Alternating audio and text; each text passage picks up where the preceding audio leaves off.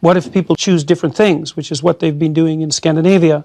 So the Scandinavian countries have moved more towards gender equality than any other countries, and the personality differences in Scandinavia have increased rather than decreased, and the proportion of women who are choosing STEM fields has decreased rather than increased. So as cultures become more gender neutral, the number of women who choose STEM fields decreases. What do you mean by STEM fields? So science, technology, engineering, and mathematics.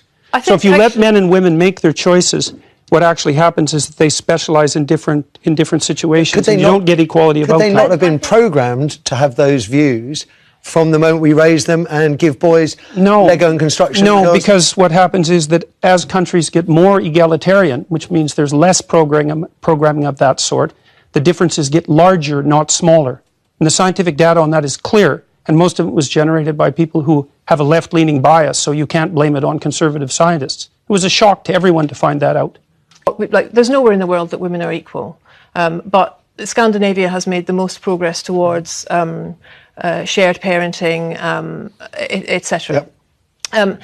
That said, it's not done yet. There's nowhere in the world where this is done yet. But it's having the opposite effect that the gender equality types predicted. Opposite, not the same. And it isn't a theory, it's actually data driven by tens of thousands of surveys and the best scientific literature on the topic. It's not a theory, and I didn't come about it because of my political perspective. I looked at the data. What it showed was that as countries become more egalitarian, the differences between men and women grow. They don't shrink. Men and women actually are more the same than they are different. But the issue is that small differences at the population level can turn into very large differences at the extreme. And that's why the overwhelming proportion of people who are in prisons are male. Now, do you want to equalize that? Just out of curiosity? What about bricklayers? They're 99% male. And we've got about 3/4 of the population now in universities in the humanities and social sciences are female. Yeah. Are we going to equalize that?